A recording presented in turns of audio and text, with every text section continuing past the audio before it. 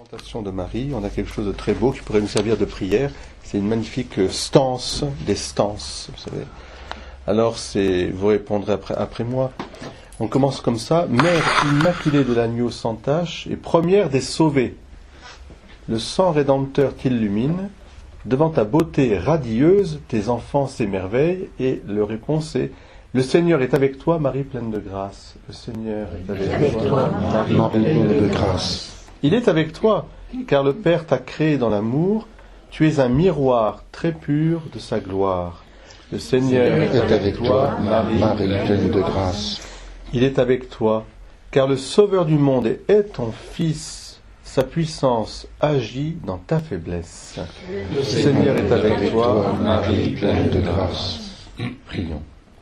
Puisque nous célébrons la mémoire de la très sainte Vierge Marie, accorde-nous, Seigneur, par son intercession, le bonheur de vivre maintenant en ta présence et d'avoir part un jour à la plénitude de ta grâce. Par Jésus, ton Fils, notre Seigneur. Amen. Voilà. Eh bien, François, bonjour à tous et nous continuons. Alors François, je pense que tu voulais commencer par ceci, je crois. Comment avez-vous passé? Ah oui. Comment Oui, bon, par un questionnaire, mais ça allait simplement savoir comment vous avez passé cette semaine. Ce que vous avez pu retenir de tout ce que nous avons dit la semaine dernière, les uns et les autres, parce que l'enrichissement, il se fait aussi bien par vous que par nous. Il est réciproque. Et avez-vous des questions à poser avant d'entamer la petite conférence d'aujourd'hui? Voilà.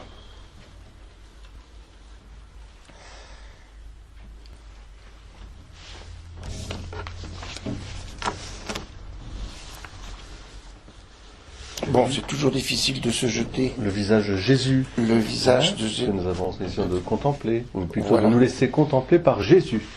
Voilà. Alors moi je vous rappelle simplement, parce que ça peut vous aider aussi, c'est ce qu'on a vu quand même. On a vu bien sûr la question de Noël, l'étoile, les bergers, le massacre des innocents. Le massacre des innocents, donc tout cela, bon, quel visage de Jésus cela nous donnait. D'un Dieu proche, en fait, c'est proche. Et on peut simplement relire les passages qui nous sont donnés. C'est la vie naissance de Jésus et visite du berger. C'est Luc. Or, il advint en ces jours-là que parut un édit de César Auguste, ordonnant le recensement de tout le monde habité. Alors, on sait que ce recensement a eu lieu à peu près -4 avant Jésus-Christ. -4, oui. Donc, voilà que les dates. Et on sait très bien, on avait expliqué que c'était le calendrier. Les calendriers ont entre -4 et -7, voilà. Donc, on ne sait pas trop, mais c'est que les calendriers ont changé entre le justinien et le grégorien. Vous voyez que, donc, tout ça ne doit pas nous, de toute façon, ne doit pas nous étonner. L'histoire n'est pas une science exacte. Et puis, ça n'enlève rien, ni à l'historicité de la venue de Jésus, au contraire, donc on a des traces tout à fait réelles, et en même temps, ni à la véracité des textes bibliques, qui doivent être lus, comme je vous ai dit, en les replaçant dans le contexte historique, qui est celui de l'écrivain qui écrit, et aussi, sans oublier aussi, l'aspect pédagogique, catéchétique, on pourrait dire aujourd'hui, d'un enseignement qui est donné. Donc il faut pas ignorer cela aussi. Saint Jean ou Saint Luc ou Saint Matthieu écrivent pour certaines personnes, je dirais, situées dans le temps, et ils leur disent des choses de manière à ce que, comme dit Saint Jean, nous croyons que Jésus est le Fils de Dieu. C'est ça, l'orientation. Alors chacun à sa façon un petit peu. Alors, il advint donc ce jour-là que parut un édit de César Auguste ordonnant le recensement de tout le monde habité. Ce recensement, le premier, eut lieu pendant que Quirinius était gouverneur de Syrie, et tous allaient se faire recenser chacun dans sa ville. Joseph aussi monta de Galilée, de la ville de Nazareth, en Judée, à la ville de David, qui s'appelle Bethléem, parce qu'il était de la maison et la lignée de David, afin de se faire recenser avec Marie, sa fiancée, qui était enceinte. Il faudrait creuser tous ces termes parce qu'effectivement c'est tout à fait, voilà, qui est fiancé. Or, il advint, comme ils étaient là, que les jours furent accomplis où elle devait enfanter. Elle enfanta un fils premier-né, l'enveloppa de l'ange, et le coucha dans une crèche, parce qu'il manquait de place dans la salle. Nous on dit hôtellerie, l'auberge, c'est-à-dire ils font une caravansérail, donc ils étaient là, il n'y avait pas de place. Bon. Dans une crèche. Oui, quand même, donc tout ça est très important parce que c'est bien la tradition, on s'appuie là ici sur l'écriture, hein, on voit bien. Il y avait dans la même région des bergers qui vivaient au champ et gardaient des troupeaux. Et donc ça nous a amené à nous poser la question de la date. Pourquoi le 25 décembre? Est-ce que c'était pendant l'hiver? Pas l'hiver, etc. Bon, pas l'hiver. Voilà. Durant les veilles de la nuit. Mais pour nous, ce qui est important, c'est de voir justement la tradition de l'Église veut nous faire découvrir une vérité sur Jésus, Fils de Dieu, lumière des nations, le soleil qui se lève. Voilà. Donc voilà pourquoi on a christianisé une fête païenne qui était très présente dans l'Antiquité, et on fêtait énormément cette fête du soleil. Alors il fallait absolument que la christianiser. Parce que, encore une fois, l'histoire n'est pas une science exacte, et que ça n'a jamais posé de question à des écrivains, par exemple, d'écrire avec avec un pseudonyme. On a des homélies de Saint-Augustin qui ne sont pas de Saint-Augustin, mais c'est signé Saint-Augustin. Et tout le monde les lisait avec joie, etc. Peu importe. Vous voyez, on ne va pas dire, ah bon. Ouais. Alors, l'ange du Seigneur se tient près d'eux, et la gloire du Seigneur les enveloppa de sa clarté. Ils furent saisis d'une grande crainte. Mais l'ange leur dit, soyez sans crainte, car voici que je vous annonce une grande joie, qui sera celle de tout le peuple. Aujourd'hui vous est né un sauveur, qui est le Christ Seigneur, dans la ville de David. Et ceci vous servira de signe, vous trouverez un nouveau-né, enveloppé de l'ange, et couché dans une crèche. C'est quand même beau que le signe de la royauté que nous allons fêter dimanche, du Christ roi, la première, c'est un enfant nouveau-né dans des langes, couché dans une crèche. Il y a quelque chose de magnifique, cette pauvreté. Gloire à Dieu au plus haut des cieux, et sur la terre paix aux hommes, objets de sa complaisance. Voilà, donc ils vont aller à Bethléem, puis ensuite, tout de suite chez Luc, on passe à la circoncision de Jésus. C'est tout à fait curieux. On ne nous parle pas du tout des rois mages ou des mages. Non, après seulement. Parce que le DVD que tu Alors, l'explique bien. Présentation de Jésus au temple. Et puis ensuite, on a le cantique de Siméon. Et puis tout de suite après, on va à la vie cachée de Jésus à Nazareth. Oui. Bon, c'est tout. Et puis on va passer directement après au recouvrement de l'enfant Jésus au temple à 12 ans, 13 ans. Ça c'est Luc. Donc on voit bien qu'il s'arrête là. Alors que Matthieu, lui, entre la naissance, il y a, et avant donc la circoncision, il y a la visite des mages. Jésus étant né à Bethléem de Judée au temps du roi Hérode, voici que des mages, venus d'Orient, arrivèrent à Jérusalem, en disant où est le roi, etc.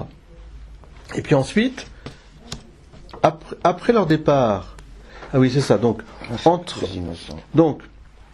sur ces paroles du roi ils se mirent en route, et voici que l'astre qu'ils avaient vu se sont levés, les précédait jusqu'à ce qu'il va s'arrêter au-dessus de l'endroit où était l'enfant. On ne sait pas. Bon, probablement parce que Bethléem et Jérusalem sont tout près, donc non c'est là. Donc les mages arrivent, eux, probablement à Bethléem, mais on ne sait pas où, probablement pas dans la grotte, mais mais probablement une maison, on s'imagine. Après quoi, averti en songe de ne pas retourner chez Hérode, il prit une autre route pour rentrer dans leur pays. Après leur départ, voici que l'ange du Seigneur apparut en songe à Joseph et lui dit, va-t'en. C'est pour ça que prononce à Bethléem, puisque Joseph reçoit de l'ange la prémonition que Hérode veut tuer l'enfant. Et je savais que Hérode avait dit, on tuera tous les enfants dans la vallée de Bethléem. Donc il part précipitamment dans la nuit, lève-toi, c'était dans la nuit, prends avec toi l'enfant et sa mère et fuis en Égypte, et reste-y jusqu'à ce que je te le dise. Il part tout de suite, il fait l'obéissance, etc. Donc ça c'est le récit. Et donc aussi, il y a une prophétie qui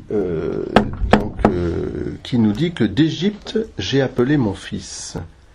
Il resta là jusqu'à la mort d'Hérode pour que s'accomplisse cet oracle prophétique du Seigneur. D'Égypte, j'ai appelé mon fils. Alors Hérode, voilà. Ensuite, quand Hérode eut cessé de vivre, voici que l'ange du Seigneur apparaît en songe à Joseph, et puis revient, rentre en Israël, voilà. Il rentra donc dans la terre d'Israël, mais Joseph, apprenant qu'Archélaüs régnait sur la Judée, à la place d'Hérode son père, il craignit de s'y rendre.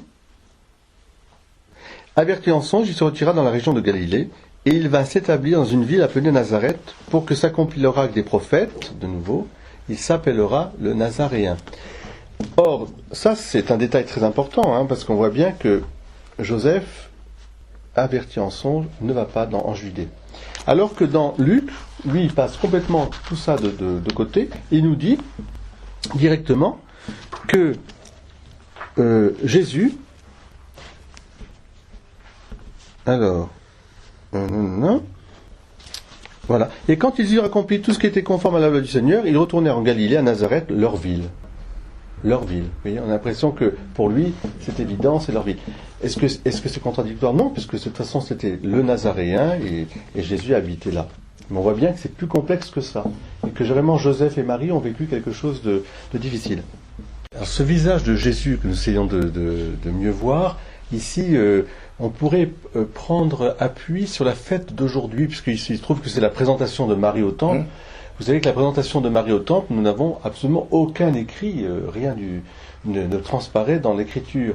Pourtant, il y a une tradition orale qui s'est transmise et qui est liée aussi avec des apocryphes qui sont sortis au deuxième siècle de l'ère chrétienne. Nous avons des pères de l'Église comme Justin ou autres qui font allusion à cette présentation donc de Marie au temple. Et donc c'est très important de considérer aussi que dans l'Évangile, encore une fois, n'apparaît que ce qui est nécessaire pour que nous croyions que Jésus est le Fils de Dieu. Tout le reste, ça a moins d'importance. En revanche, le fait qu'il y ait une tradition orale vient compléter aussi l'écriture. Dans la vie de l'Église aussi est fondée là-dessus, puisque nous savons très bien que l'Église ne vit pas seulement de l'écriture, mais de cette transmission orale qui a été aussi depuis les apôtres. Par exemple, le fait qu'il y ait 7 sacrements dans l'Église, ce n'est pas du tout indiqué dans l'Écriture. C'est l'Église qui l'a transmis, etc., au fur et à mesure.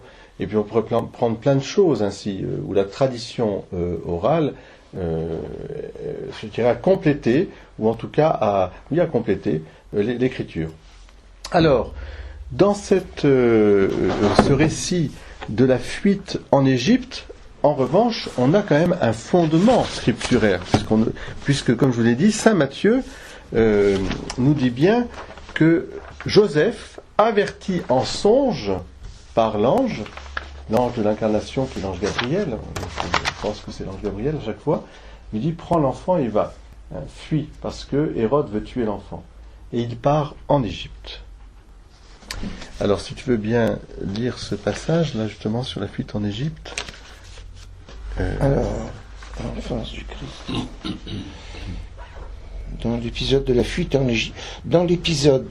en Égypte, toute la réalité de l'incarnation émerge. Vous vous rappelez qu'on a beaucoup insisté la dernière fois sur le fait de la naissance de Jésus qui était le début, la naissance de l'incarnation. Et saint François d'Assise, qui a fait la crèche, a bien marqué l'incarnation de Jésus en mettant un enfant dans la crèche. C'était une crèche vivante qu'il a fait. Et de là est venue toute la tradition des crèches. La faiblesse de la chair, assumée par la puissance divine, voilà ce que c'est que l'âge, il faut toujours changer de lunettes.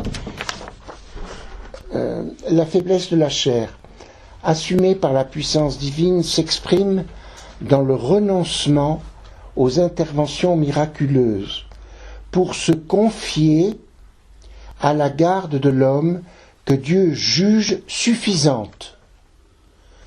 C'est très très important. Nous allons voir au cours de justement combien Joseph est l'instrument de Dieu, comme nous sommes les instruments également de Jésus et de Dieu. Cet homme obéit à la volonté de Dieu et se laisse guider par lui. C'est vraiment ce que fait Saint Joseph, proposé à toute l'Église comme modèle et protecteur par son obéissance et son service. Lève-toi, prends avec toi l'enfant et sa mère, fuis en Égypte et reste-y jusqu'à ce que je t'avertisse. Ça me rappelle quand on avait des enfants. Obéis et jusqu'à ce que je te dise de te lever, tu pourras. Bon, c'est marrant au point de vue pédagogique. Jusqu'à ce que je t'avertisse, parce que Hérode est en train de chercher l'enfant pour le tuer. Il se leva, prit avec lui l'enfant et sa mère de nuit et se retira en Égypte. Oui, vas-y. Non, mais pour continuer, justement, je crois que ce qui est important ici de comprendre, c'est que cette phrase au tout début, Dieu renonce aux interventions miraculeuses. C'est très très important ça. Non pas qu'il ne fait pas des miracles, il en a fait et il en fera, mais d'une manière habituelle, il se confie à la garde de l'homme. Je trouve cette expression-là merveilleuse. Dieu a confié son propre fils, son fils unique, à la garde d'un homme qui est devenu son père adoptif, pour mener la vie des hommes. Cette vie qui est faite du quotidien, mêlée d'imprévus et d'inattendus. Parfois, quelqu'un arrive, il faut se lever, justement, il faut partir, la roue de la voiture est dégonflée, il faut aller la réparer, etc. Et c'est pour ça que l'Église a éliminé au fur et à mesure, mais très vite, tous ces récits apocryphes dans lesquels il y avait des choses bien sûr intéressantes, mais c'était farci de miracles.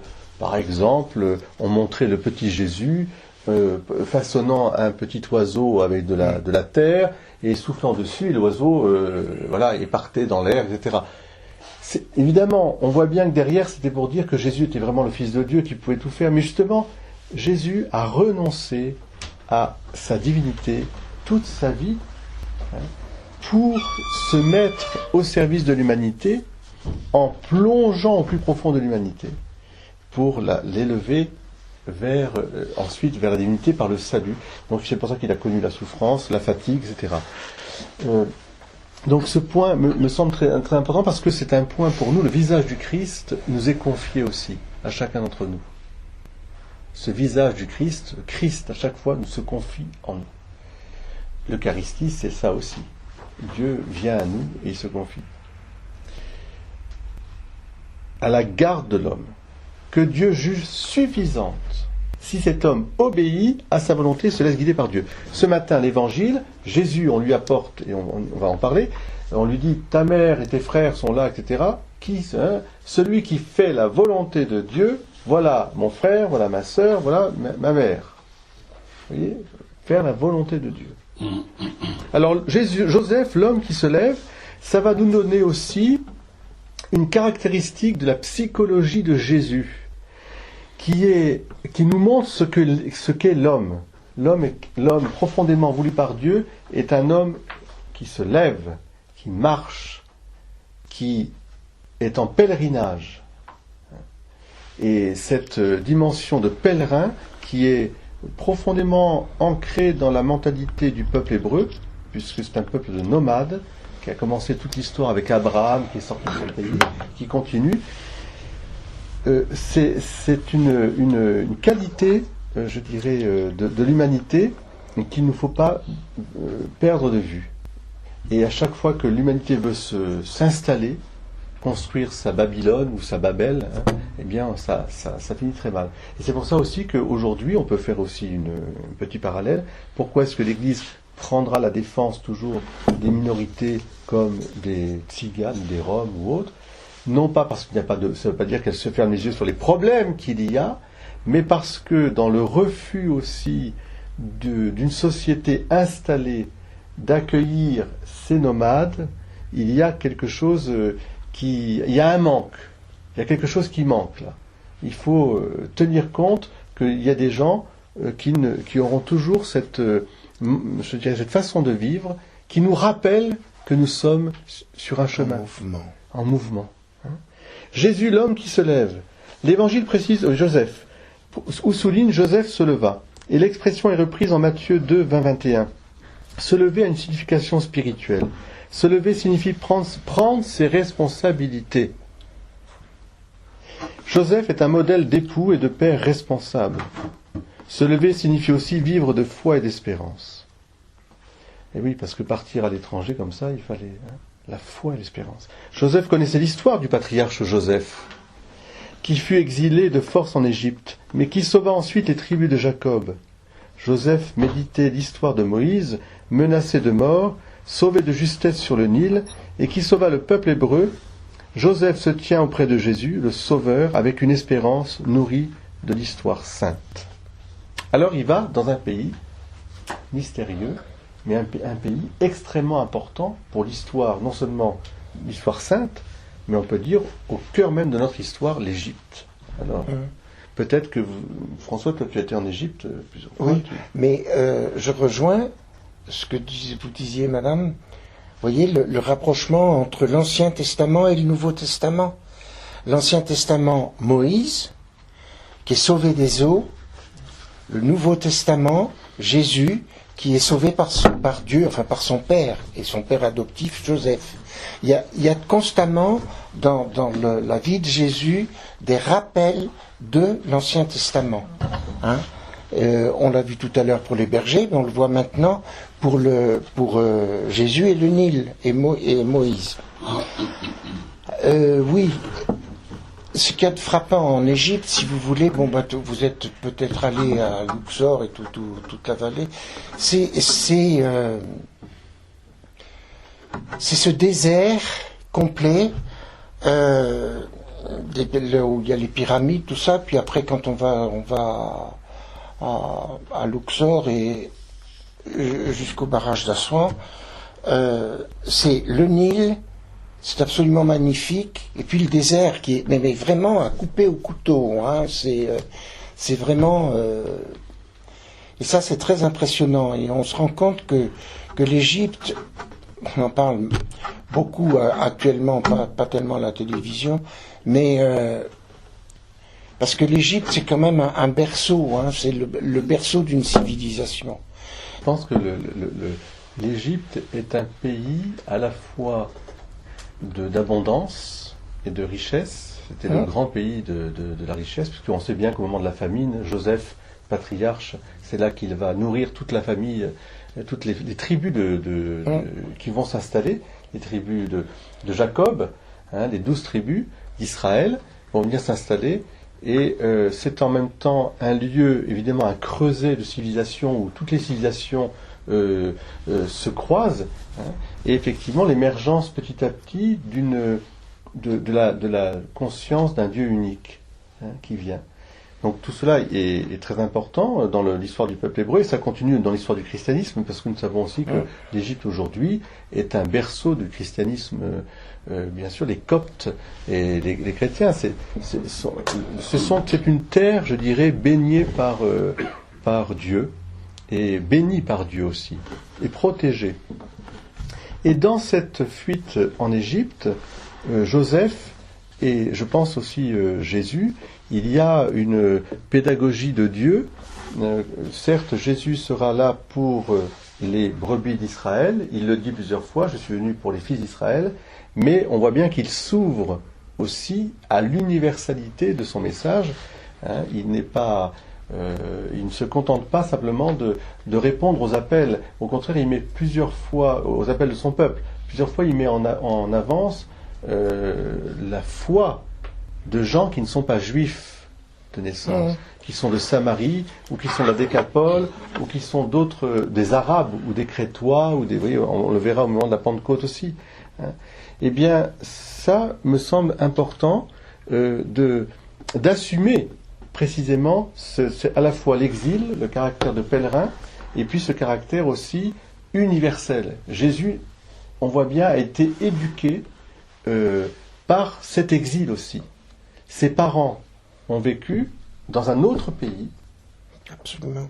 Et pendant, on pense, au moins 2, voire 3 ou 4 ans, on ne sait pas trop les nombres d'années. Nous passons directement, ils sont revenus à Nazareth. Il fallait bien que le roi Hérode meure pour qu'il puisse revenir s'installer à Nazareth. Voilà l'Égypte. La fuite en Égypte du Christ est rédemptrice.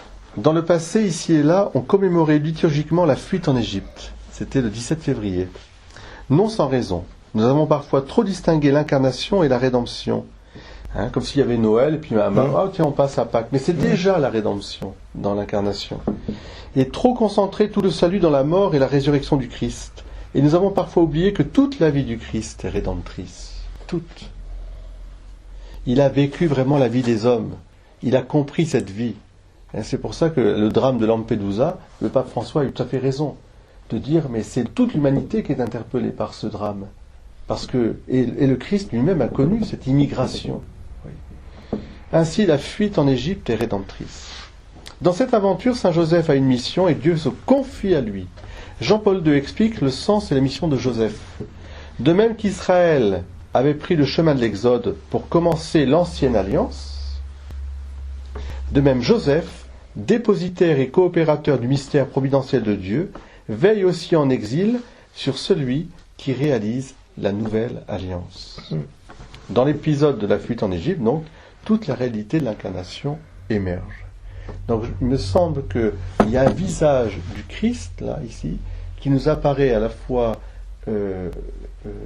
dans sa divinité faible, humble, se mettant à la disposition vraiment de son Père, se laissant guider,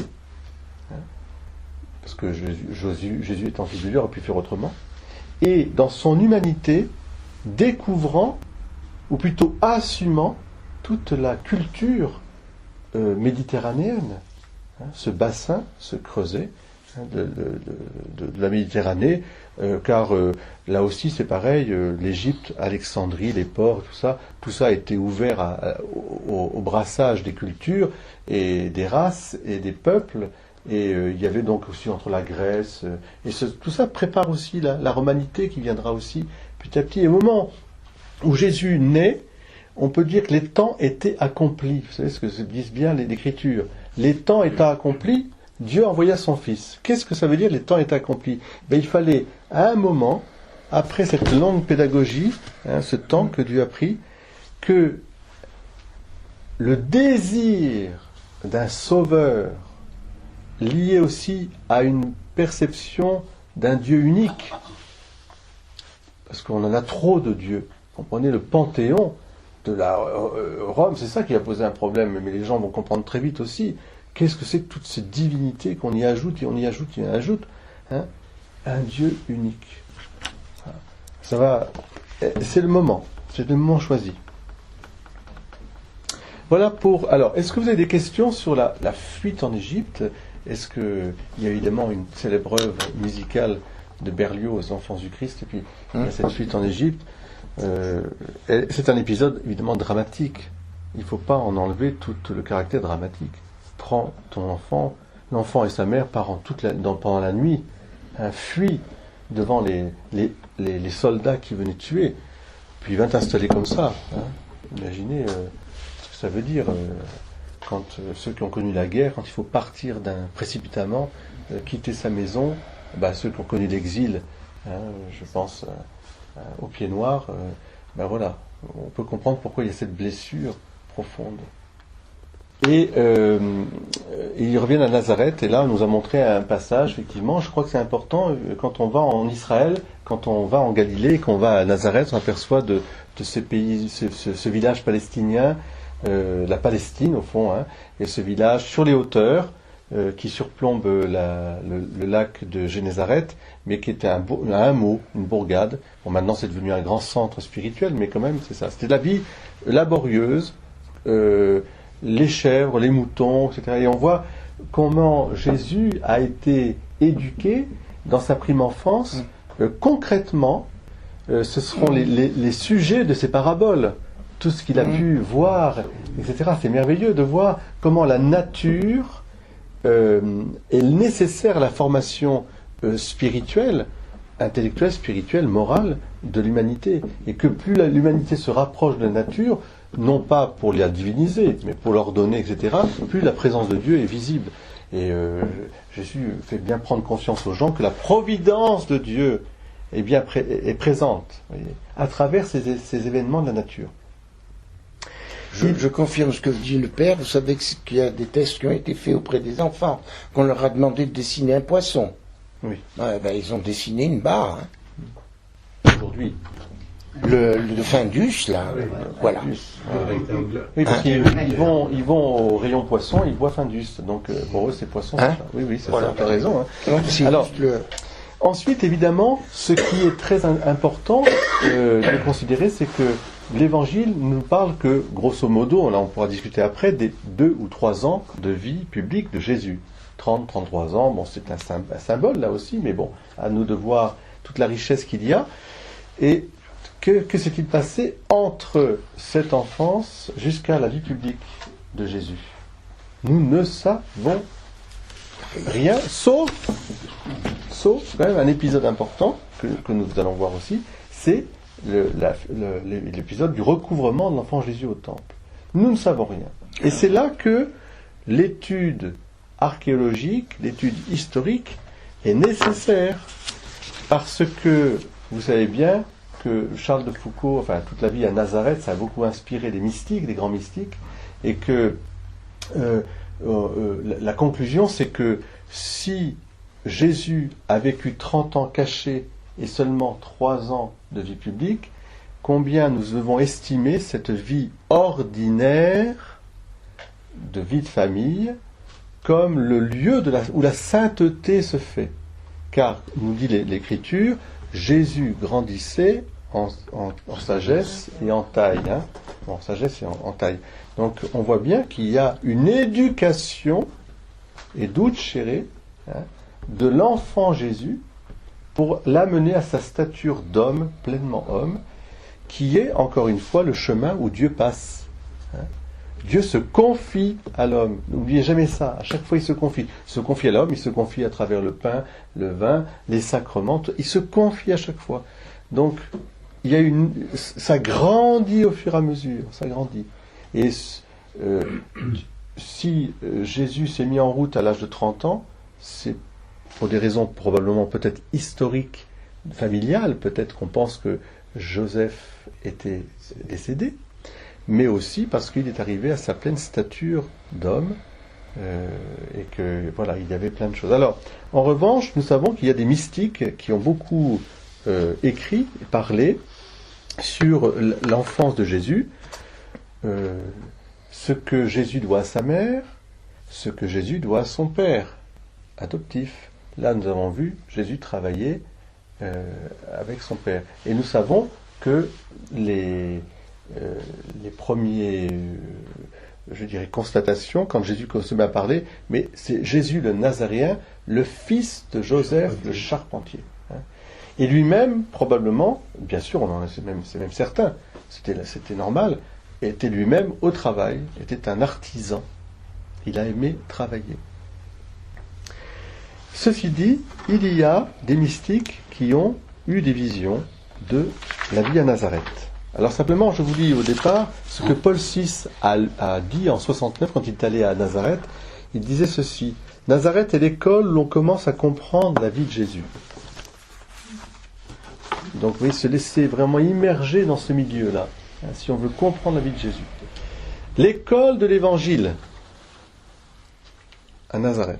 Ici, on apprend à regarder, à écouter, à méditer, à pénétrer la signification si profonde et si mystérieuse de cette très simple, très humble et très belle manifestation du Fils de Dieu. Peut-être apprend-on même insensiblement à imiter. Ici, alors c'est très important, on apprend même la méthode qui nous permettra de comprendre clairement ou pleinement qui est le Christ. Alors, pourquoi ? Parce que une chose qui est incroyable, c'est que la dignité de Jésus, ou disons l'amour de Dieu pour les hommes, on va dire, apparaît peut-être pleinement aussi dans ce lieu de discrétion. Moi, ce qui m'a toujours frappé, c'est que Nathanaël ait pu dire, en réalité c'est certainement très vrai, qu'est-ce qui peut venir ? Moi j'habitais au Barou, pas loin d'un hameau qui s'appelle Serres. Bon, il y avait quand même le collège, le lycée agricole, mais enfin, bon, Serres, quand on passe au départ, sur la route, Serres c'est le hameau, quoi. Hein. Qu'est-ce qui peut sortir de bien bon de Serres ? Bon. La station météo. La station météo. Et par contre, voilà, que savoir qu'il y avait Joseph, patron de l'Église universelle, le père adoptif de Jésus, la sainteté, à un niveau incroyable. Marie, l'Immaculée Conception, la maman de Jésus, hein, la mère de Dieu.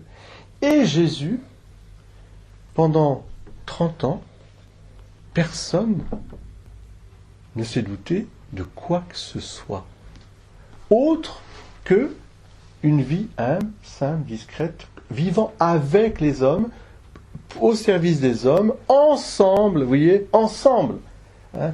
Il n'y avait pas de caste, il n'y avait pas de. Vous voyez comme l'image de Dieu apparaît là ici. Comment ça peut nous aider aussi à comprendre que si le christianisme nous vivons vraiment, c'est un christianisme qui sera un ferment dans la pâte de ce monde, et non pas une exclusion. Dès qu'il y a exclusion, dès qu'il y a séparation, ce n'est plus l'évangile, c'est une caricature de l'évangile.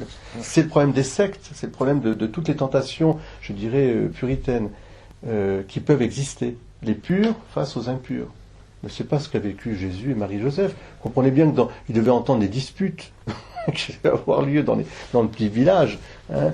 Les scènes, peut-être, bon, encore que les gens vivaient d'une manière peut-être plus naturelle, non, je dirais stable. Hein. Il y avait des mœurs un peu rudes. Des scènes de ménage. Bon, ben, bien sûr. Et puis peut-être quelques drames, on ne sait pas. Vous voyez, le péché, simplement le péché des hommes, il était là. Qu'est-ce que vous voulez ? Bon, eh bien, est-ce que on a une horreur entre guillemets de non, le premier, je vais vous montrer. C'est tellement important. Le premier acte que Jésus fait de sa vie publique, c'est à Cana. Or, à Cana, qu'est-ce que nous voyons ? Des noces où Marie est invitée. C'est les noces, Marie est invitée. Et qu'est-ce que fait Marie ? Non, ils n'ont plus de vin. C'est-à-dire qu'ils avaient déjà tout bu. Mais ce que je ne sais pas si on se rend compte ce que ça veut dire. Parce que moi, j'avais ma maman, une bonne maman, mais elle avait parce que dans sa famille, il y avait des gens, je crois, qui avaient un petit peu taquiné un peu trop la bouteille. Voilà. Et donc, elle était très, très suspicieuse pour tout ce qui était boisson. Hein. Et donc, à la maison, il fallait absolument... Hein. Alors, quand j'allais voir monsieur le curé, lui, il me servait toujours un verre de vin blanc. Et j'avais beau avoir 17-18 ans, je commençais à faire ma corniche militaire. Tu as été voir monsieur le curé ? Oui. Et tu as bu un verre ? Oui. Et ça, maman, ça... Qu'il me donne une gauloise, qu'il me file une cigarette aussi, on fumait la cigarette ensemble, ça ne la gênait pas. Mais que le curé me fasse boire... Alors quand je suis rentré au monastère après, en riant, je disais... Les parents m'avaient donné une bonne éducation, mais je l'ai disons, achevé complètement, parce que comme Don Gérard Calvet, c'était les vins de Bordeaux, il n'était pas question qu'à table, on n'ait pas du vin. Et donc, on buvait son petit verre de vin, Saint-Benoît dit bien une émine, je ne sais pas ce que ça veut dire une émine, mais enfin une émine de vin par moine. Et ça, maman, pour elle, c'était... mais vous voyez, comme la Vierge Marie, elle, non. Alors, simplement, oui. Cette discrétion... Il fréquentait la synagogue assidûment, il n'y a pas de problème. Ah oui. Quand il dit aujourd'hui, quand il y a le fameux texte d'Isaïe, mais aujourd'hui, les gars ont dû se retourner parce qu'ils le voyaient toutes les semaines ou X fois par semaine, et il n'avait rien dit. Et comment ça s'est terminé ? Eh ben parce que précisément, c'est le jour où Dieu intervient, parce que Dieu intervient dans notre histoire. Dieu s'immerge dans notre histoire, mais il intervient aussi. Dieu est le maître de l'histoire. Attention, c'est pas l'enfouissement dans la pâte, ce n'est pas pour se laisser transformer comme ça. Je veux dire, il y a un moment où Dieu intervient. Dieu peut intervenir, et donc Dieu décide que c'est le moment. Et d'ailleurs, la réaction à Nazareth, elle est d'une brutalité sans nom. Puisque tout de suite, on va le précipiter, au-delà. T'es qui? Voilà. D'ailleurs, même ses frères et sœurs, donc on va parler de ça, des frères et sœurs, lui disent, mais enfin, au fond, c'est un peu ce qu'on... T'es qui pour nous parler comme ça? Hein? C'est Joseph, c'est encore l'histoire du petit Joseph. Hein? Qui t'a mis au-dessus de nous? Hein? Tout de suite, ils prennent ça comme quelque chose. Alors, on a une mystique qui s'appelle Anne-Catherine Emmerich, qui a vu un peu la vie de Nazareth. C'est pas que ce soit parole d'évangile, mais tous les théologiens qui sont penchés sur ces écrits ont toujours dit qu'il n'y avait rien de contraire à l'évangile. Ce sont des visions. Donc je vous rappelle qu'une vision, c'est un peu comme l'écriture. C'est un regard qui est lié à l'éducation, à la capacité qu'a l'intelligence de cette personne à voir, de quelle manière, etc., qui va retransmettre certaines choses. Est-ce que tout encore une fois, c'est pas parole d'évangile, mais c'est un regard intéressant quand même, et qui n'est pas contradictoire avec l'évangile, loin de là. Et voilà ce que nous dit la petite Anne-Catherine Emmerich. Je vis à Nazareth, c'est important quand même, la Sainte Famille, composée seulement de 3 personnes. Ça nous permettra de parler un peu des frères et sœurs après. Jésus, Marie et Joseph. Depuis la 10e jusqu'à la 20e année de Jésus à peu près, je les y vis 2 fois habiter une maison étrangère. C'était comme un logement pris à loyer chez d'autres personnes. De la 20e à la 30e année de Jésus environ, je les vis dans une maison où ils étaient seuls. Il y avait dans la maison 3 chambres séparées. Celle de la Mère de Dieu était la plus grande et la plus agréable. C'était là qu'ils se réunissaient pour la prière. Je trouve que c'est intéressant aussi comme petit détail, parce que il ne faut pas, qui fait l'ange fait la bête. Donc, ils prennent des dispositions, Joseph et Marie. Et ça n'a rien de dégradant. La foi, évidemment, nous dit que Marie est restée vierge avant, pendant et après, mais que Joseph, lui, était un homme, comme Marie était une femme pleinement constituée, et qu'ils ont offert, je dirais, cette séparation pour un plus grand bien qui était justement d'être les parents de Jésus. Du reste, je les voyais rarement tous 3 ensemble. Ils se tenaient debout lorsqu'ils priaient, ils avaient les mains croisées sur la poitrine et semblaient parler à haute voix. Alors ça, nous savons que c'est la tradition juive, on prie toujours à haute voix. Les prières silencieuses, ça n'existe pas. Même dans les traditions orientales, chrétiennes, on ne dit jamais la messe à voix basse. Il y a toujours un chant. On chante. C'était la base de l'éducation et de l'apprentissage, vous savez. Ils avaient les mains croisées, donc je les voyais souvent prier à la lumière sous une lampe à plusieurs mèches. Peut-être aussi était-ce une espèce de chandelier à plusieurs branches fixées à la muraille. Jésus se tenait le plus souvent seul dans sa chambre. Joseph s'occupait dans la sienne à des travaux de son métier. Je le voyais façonner des bâtons et des lattes, polir des morceaux de bois, quelquefois même apporter une poutre, et je vis Jésus l'aider. Marie était le plus souvent occupée à coudre et faire une espèce de tricot avec des petits bâtons. Elle était alors assise et avait une petite corbeille près d'elle.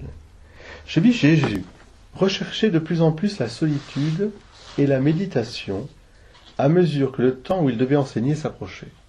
Ça, nous en avons évidemment une trace écrite, puisque nous savons qu'au moment de sa prédication, très très souvent, pour ne pas dire tous les jours, il partait et il s'éloignait et il priait seul. Même Saint Marc nous dit toute la nuit. Et le matin, les disciples le retrouvaient en disant il priait son Père. Et au moment où il va choisir les apôtres, il passe la nuit en prière. Non pas qu'il ne sait pas que Dieu, il est Dieu, mais je crois que c'est aussi quelque chose de fondamentalement humain. L'être humain est d'abord constitutivement un être religieux. C'est pour ça que le droit à la liberté religieuse est un droit à ne pas être empêché par quiconque d'élever sa voix vers Dieu. Et surtout pas un État. Oui. Chacun dormait à part dans son réduit, et la couche consistait en une couverture qu'on roulait le matin. Alors, je vis Jésus jusque vers sa 12e année donner toute l'assistance possible à ses parents. Je le vis aussi hors de la maison et partout où l'occasion s'en présentait, se montrer amical pour chacun, aider les autres et leur rendre toute espèce de service. Dans ces premières années, il était un modèle pour tous les enfants de Nazareth. Ils l'aimaient tous et craignaient de lui déplaire. Les parents de ses compagnons disaient souvent à ceux-ci, lorsqu'il se conduisait mal ou commettait quelque faute, que dira le fils de Joseph si je lui raconte ceci? Comment il en sera fâché? Quelquefois aussi, ils lui portaient des plaintes amicales contre leurs enfants en présence de ceux-ci et lui disaient, dis-lui donc de ne plus faire ceci ou cela. Jésus prenait cela avec simplicité comme par manière de jeu. Ça, je trouve c'est important, ça aussi. Puis du ton le plus affectueux, il engageait ses amis à faire telle ou telle chose. Il priait avec eux pour leur obtenir du Père Céleste la force de se corriger, et les exhortait à faire des excuses et à avouer leurs fautes sans délai.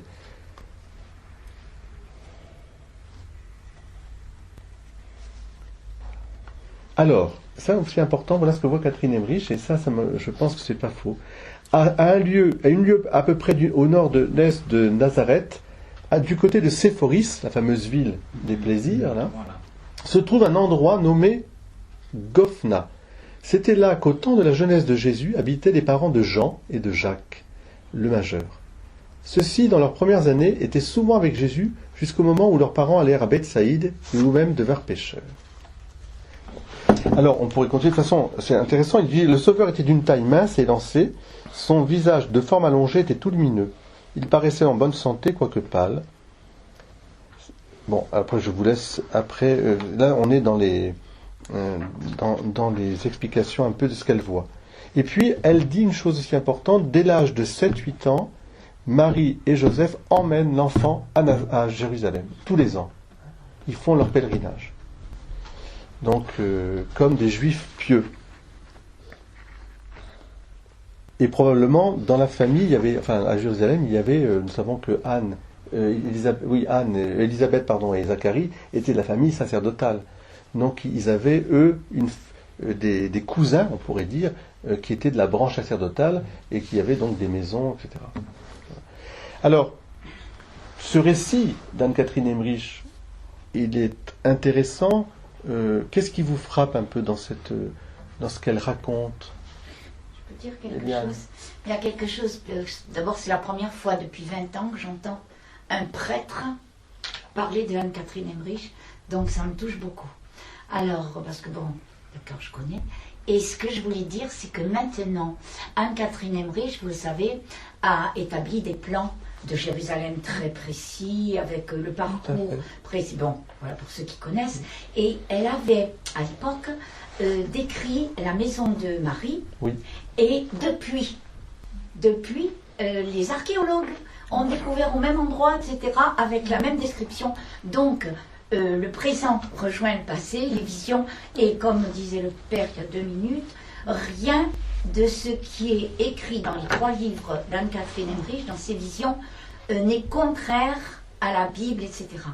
Et voilà, ça me fait énormément plaisir. Et d'autres mystiques, au fil des siècles, ont décrit le visage du Christ, sa personnalité, tout correspond, et contrairement à ce qui est écrit là-dedans, il est ni... Enfin voilà, il n'est pas comme ça, donc on en reparlera, je ne peux pas monopoliser la parole. Non, mais de toute façon,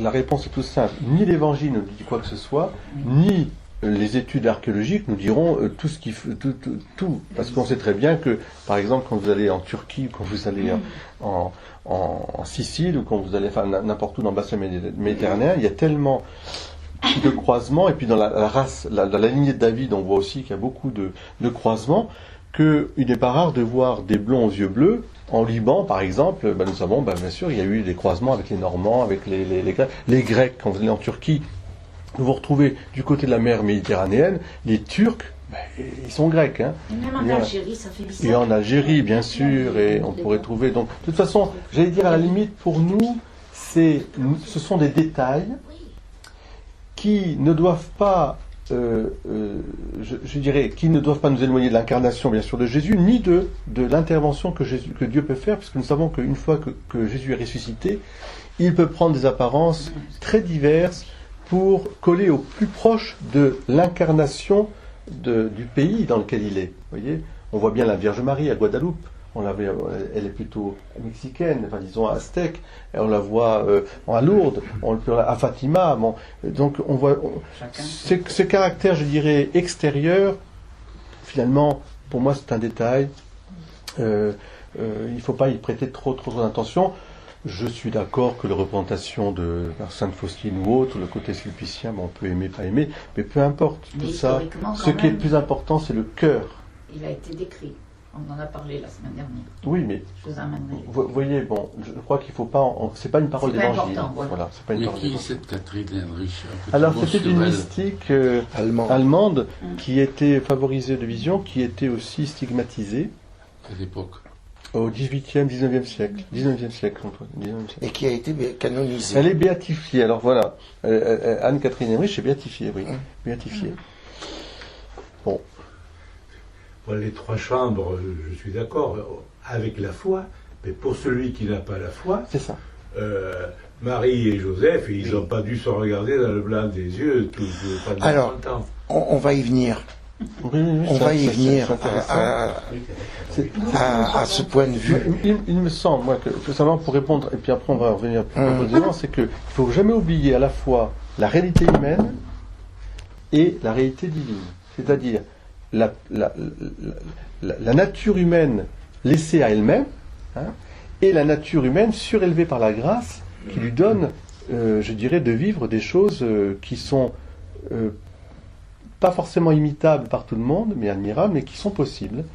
Donc une vie de chasteté, une vie de pureté. Par exemple, je vais vous donner un exemple très contemporain, enfin relativement contemporain, de Jeanne d'Arc.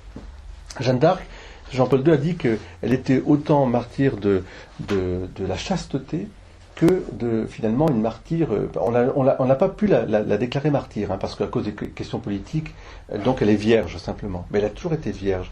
Or cette fille, non seulement montait à cheval, et avec tout ce que ça pouvait correspondre de risque pour sa virginité, même d'un point de vue accidentel, on pourrait dire, la guerre, etc.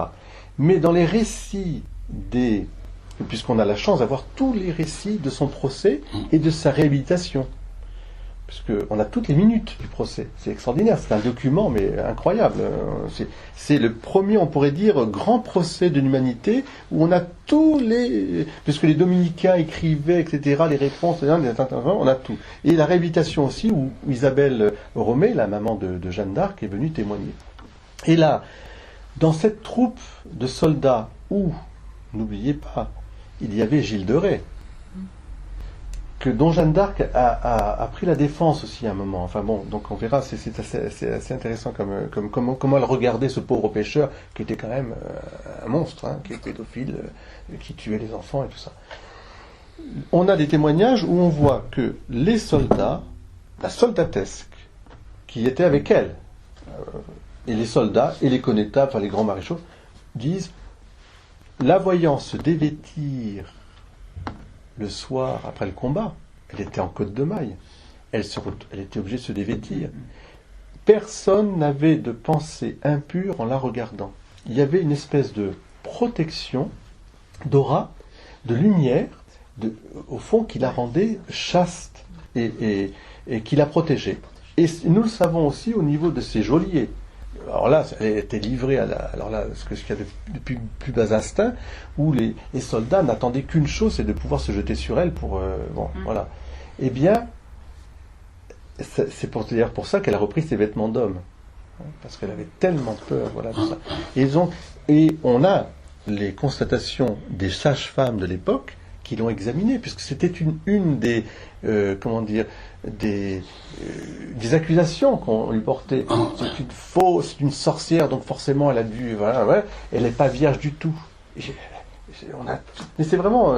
au Moyen-Âge, il fallait vraiment qu'au Moyen-Âge, tout est détaillé, etc., de manière très forte. Donc, ce qui s'est passé pour Jeanne d'Arc, comprenez bien que Marie, comme dit François, elle n'avait pas de péché en elle. Donc tout était naturel pour elle, naturel, mais dans l'ordre vraiment de l'innocence.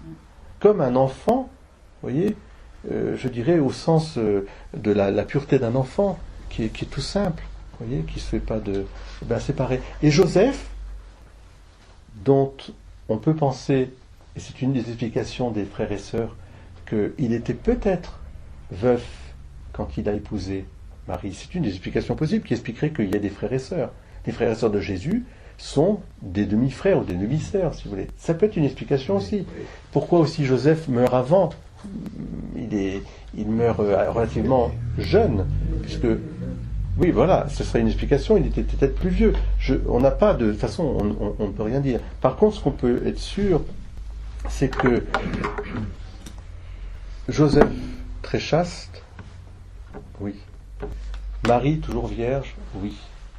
Comment est-ce que concrètement ils se sont débrouillés dans leur vie commune? Bien, certainement avec à la fois simplicité et prudence. Je le pense aussi. Il y a des grâces d'État quand même. Mais il y a une grâce d'État. Alors, Voilà. on va. Une grâce d'État. À Dieu, rien n'est possible. Voilà. Mais je pense que cette aura, ça je sens. Il y a des personnes, si vous voulez, qui instinctivement vont vous porter à être purs. Ouais. D'autres vont vous porter à être dans la paix. Ouais. D'autres vont vous porter à être dans une joie qui se répand, etc. Voilà. Il y a que chacun a son don. Vous voyez. Et voilà. Bon. Après, évidemment que dans notre mentalité actuelle, c'est-à-dire, je comprends la réaction de gens qui voudraient tellement que Jésus soit proche de nous, que Marie aussi, etc., qui voudraient en faire des hommes et des femmes comme nous, mais c'est-à-dire comme nous, pas accepter le péché, justement. Donc, il faut voilà. Je reviens sur ce que dit le Père Gabriel, parce que c'est une chose qui m'a beaucoup intéressé. Les orthodoxes, qui sont quand même nombreux, pensent et disent que Joseph était veuf. Alors, rien ne peut le prouver. Mais, il y a une chose quand même qui est intéressante à regarder, c'est l'histoire de la vieillesse. Joseph était présenté dans nos statuts que nous avons pu connaître comme un vieux. Vous vous rappelez, il tenait la fleur de lys. Bon, ça c'est encore tout un truc qui est assez intéressant à savoir. Pourquoi il a cette fleur de lys dans les bras? Bon, je vous le raconterai peut-être. Je vais peut-être vous le raconter. Et donc Joseph était considéré comme un vieux, et on le représentait dans les statues comme un vieux. Donc c'était pas bête en soi. Et puis là-dessus, il y a eu des tas de changements. Au contraire, alors Joseph, c'est le jeune maintenant, hein. C'est le jeune charpentier. Il a la poutre sur les épaules. Enfin, c'est le type costaud et tout.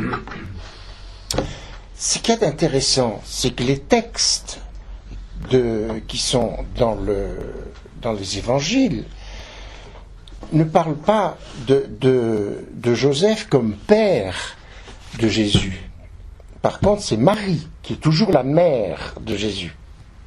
Bon. Ensuite, les enfants ne sont pas des enfants. Attends, il me faut le papier là, parce qu'autrement je vais m'embrouiller. Dans les Écritures, les enfants arrivent, sa mère et ses frères. Chez Matthieu, outre le parce que c'est important, dis-le toi, que Jésus n'est jamais considéré comme le frère.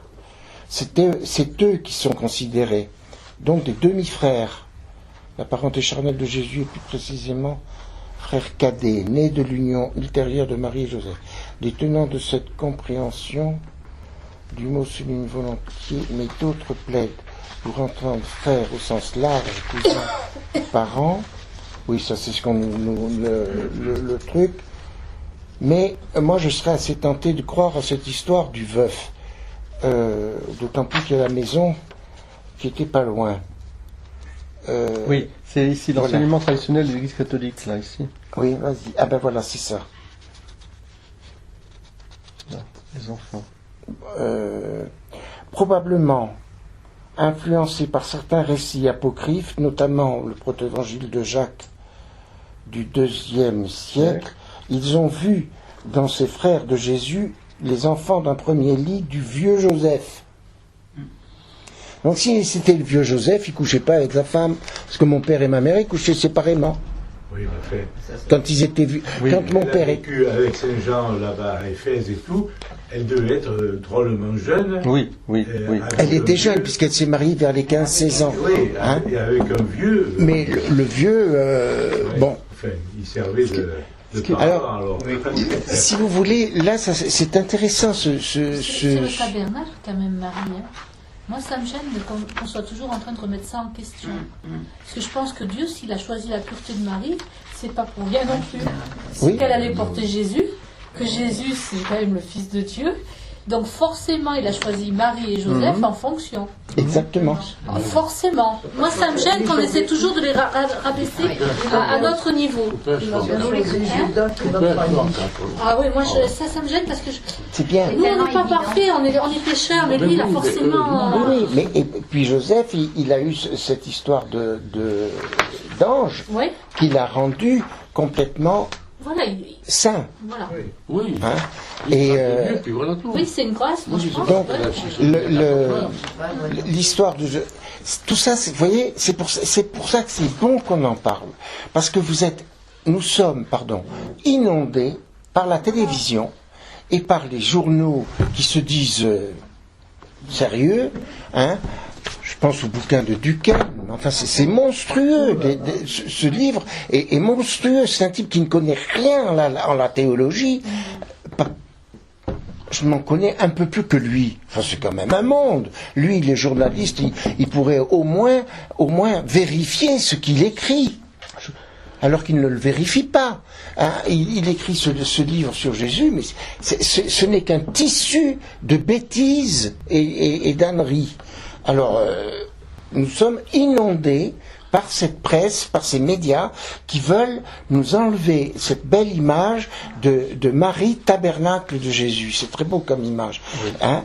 Et donc, il faut que nous soyons assez humbles pour prendre aux sources les événements pour pouvoir répondre. Parce que c'est notre devoir que de répondre maintenant aux gens quand ils nous disent des imbécilités et des âneries. Hein. C'est notre devoir. Nous croyons en une chose qui est absolument impossible à vérifier. Oui. Parce que c'est impossible, c'est la foi. Ouais. Bon, eh bien nous y croyons. Il faut quand même pas oublier qu'il y a eu des... Écoutez, je vais vous raconter une histoire absolument stupide qui vient de se dater de ces temps-ci. Il y a 2 ans, j'écrivais dans le journal de EDA, le journal d'Avignon.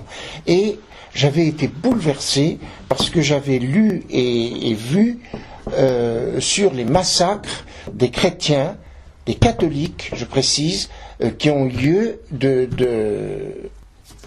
depuis le début du siècle, depuis l'an 2000. L'histoire n'est pas une science.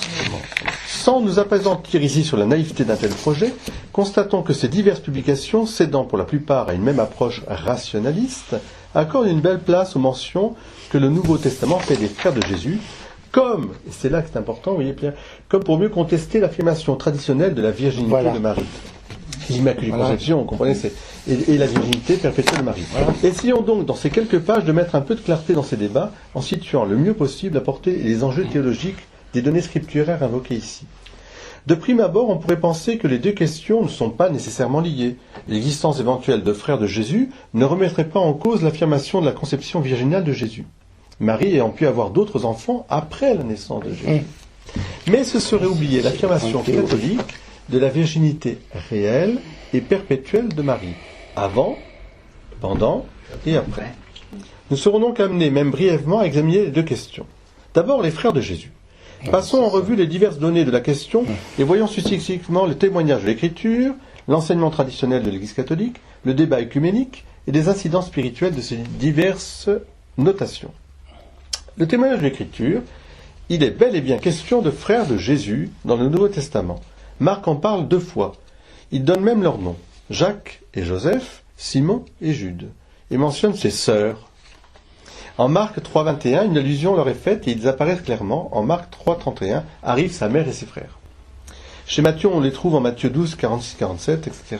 Luc les signale également en Luc. Donc, en fait, on s'aperçoit que tous les évangélistes, je dirais, outre leur présence, Jean signale leur incrédulité Même ses frères ne croyaient pas en lui. Ça ne pose aucun problème aux premiers apôtres de parler des frères et sœurs de Jésus. Donc ça c'est important parce qu'il ne faut pas éluder la question aussi. Toute la question est de savoir quel est le sens exact du terme grec adelphoi. Si l'on admet que dans certains cas le terme évoque la parenté spirituelle et peut donc désigner des disciples, on peut hésiter pour les autres occurrences entre deux significations. Pour les uns, le mot désigne clairement la parenté charnelle de Jésus, et plus précisément ses frères cadets, nés de l'union ultérieure de Marie et de Joseph. Les tenants de cette compréhension du mot soulignent volontiers que tel est en effet le sens le plus obvi du mot grec, cette langue possédant un autre vocable, anepsios, pour désigner les cousins. Mais d'autres plaident pour entendre frère au sens large de cousin ou de parent, faisant trois principales remarques à l'appui de leur interprétation. Tout d'abord, ils font observer que, à la différence de Jésus, Marc 6,3, ses frères ne sont jamais appelés fils de Marie. Et que Marie, même quand elle se trouve avec eux, ça c'est Acte 1,14, n'est toujours appelée que la mère de Jésus. Ensuite, il est reconnu que dans la Bible, le mot frère et sœur, donc ça c'est d'un point de vue simplement, on va dire, exégétique. Je ne suis pas au niveau de la tradition catholique, ça c'est autre chose encore. Ensuite, il est reconnu que dans la Bible, les mots frère et sœur couvrent un large champ sémantique. En hébreu et en araméen, le mot ha peut désigner un frère de sang, mais aussi un demi-frère, un neveu ou un simple cousin. Donc dans la Bible, dans l'Ancien Testament. Les langues sémitiques, si elles ont un mot pour dire oncle ou tante, n'en ont pas pour rendre le mot cousin. Se conformant à la manière orientale, les traducteurs grecs de la Bible ont donc pu traduire l'hébreu a par adelphos, frère, et non pas par anepsios, cousin. Si bien que sur cette lancée, le mot frère du Nouveau Testament pourrait fort bien désigner ce que nous appelons un cousin, de même que le mot sœur, dérivé de la même racine hébraïque. D'ailleurs, ça continue toujours de... Alors, pour ce qui est du mot grec anepsios, le père Grelot précise qu'il est employé une seule fois dans le Nouveau Testament, en Colossiens 4,10, chez un auteur qui écrit en grec et emploie exactement la terminologie grecque dans un contexte où il s'agit de préciser une parenté. Marc, cousin de Barnabé. Les traductions évangéliques, formées originairement en milieu sémitique, plus probablement araméen, recourent aux conventions culturelles de cette langue, identiques sur ce point à celles de l'hébreu, d'autant plus que les évangélistes imitent volontiers le langage de la Bible elle-même. On sait qu'il y a beaucoup d'hébraïsme. Enfin, on notera que sur la croix, Jésus confie sa mère à Jean et non à ses frères, ce qui serait étonnant s'ils étaient frères de sang. Pour conclure cette petite enquête scripturaire, reprenons le résultat prudent de Charles Perrault. En bref, l'exégèse, donc, qui est une partie de la science, je dirais, biblique. Il y a au-dessus la théologie. L'exégèse est une partie. J'étudie le texte, mais j'ai la tradition de l'Église, j'ai les dogmes, il y a tout. Voilà. L'exégèse ne peut étayer avec certitude la position traditionnelle, catholique et orthodoxe. Je ne peux pas dire que dans l'Écriture, j'ai la certitude que... Mais la position adverse ne s'impose pas plus. Dans cette zone d'ombre se situent les diverses traditions constituant la richesse même de nos églises. Alors ensuite, l'enseignement traditionnel de l'Église, c'est résumé dans le catéchisme de l'Église catholique, au paragraphe 499 et 500, l'approfondissement de sa foi, la foi de l'Église, en la maternité virginale, a conduit l'Église à confesser la virginité réelle et perpétuelle de Marie, même dans l'enfantement du Fils de Dieu fait homme. La liturgie de l'Église célèbre Marie comme la aiparthenos, c'est-à-dire toujours vierge. À cela, on objecte parfois que l'Écriture mentionne des frères et sœurs de Jésus, continue le catéchisme. L'Église a toujours compris ces passages comme ne désignant pas d'autres enfants de la Vierge Marie. En effet, Jacques et Joseph, frères de Jésus, sont les fils d'une Marie, disciple du Christ. L'autre Marie, qui est désignée de manière significative comme l'autre Marie, justement, dans Matthieu 28:1.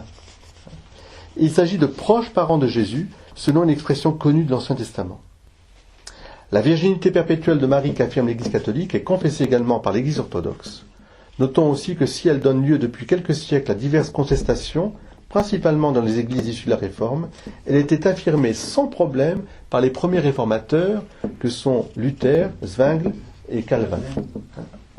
Mais l'affirmation fortement identitaire du catholicisme romain avec l'infaillibilité pontificale au Concile Vatican I, la proclamation des 2 dogmes mariaux et certains excès d'une mariologie triomphaliste dans l'Église catholique du XIXe et début du XXe siècle a suscité la contestation des églises de la Réforme. Il n'est donc pas faux de noter avec Alain Blancy et Maurice Jourgeon que Marie n'a jamais été une cause de séparation entre les églises, mais bien plutôt elle est devenue la victime, voire l'expression exacerbée. Il faut donc de toute façon relativiser l'enjeu du débat en notant avec les théologiens du groupe des Dombes que si certains chrétiens catholiques et orthodoxes sont heurtés dans leur sensibilité que l'on puisse donner au sens strict de frères et sœurs à Jésus, il s'agit là d'une atteinte faite à leur théologie mariale et non à la Christologie. L'essentiel n'est-il pas que le catholique et protestant confessent la même foi en la divinité du Jésus-Christ, conçu de l'Esprit Saint et né de la Vierge Marie. Moi je rajouterais quand même que c'est tout intimement lié. C'est-à-dire que derrière la virginité de Marie, l'Immaculée Conception apparaît aussi, la toute pure, la toute préservée, et le combat le diable, si vous voulez, le diable qui veut détruire l'humanité, quand il voit apparaître Marie, il devient fou. Il sait qu'il a perdu déjà, car Marie c'est la création, la créature restaurée, ce à quoi nous sommes appelés à être. Et elle est l'honneur de l'humanité, elle est la gloire, tu es la gloire d'Israël, tu es la joie de ton peuple, voilà ce que nous chantons. C'est ça en fait, en elle. Moi je suis en train de préparer des méditations pour la radio là, et je pars de ça, je dis en parlant de l'Immaculée Conception, eh bien c'est pas un privilège qui la met au-dessus, au contraire, c'est l'irruption encore une fois de Dieu dans notre histoire. Ce que le diable a essayé de détruire, moi, non seulement je le répare, mais je vous montre exactement en Marie ce à quoi vous êtes destinés. C'est extraordinaire. Voilà. Voilà pour les frères et sœurs de Jésus. Encore une fois, pour moi, l'image de Jésus dans l'enfance, elle m'apparaît pleinement confiée à notre humanité.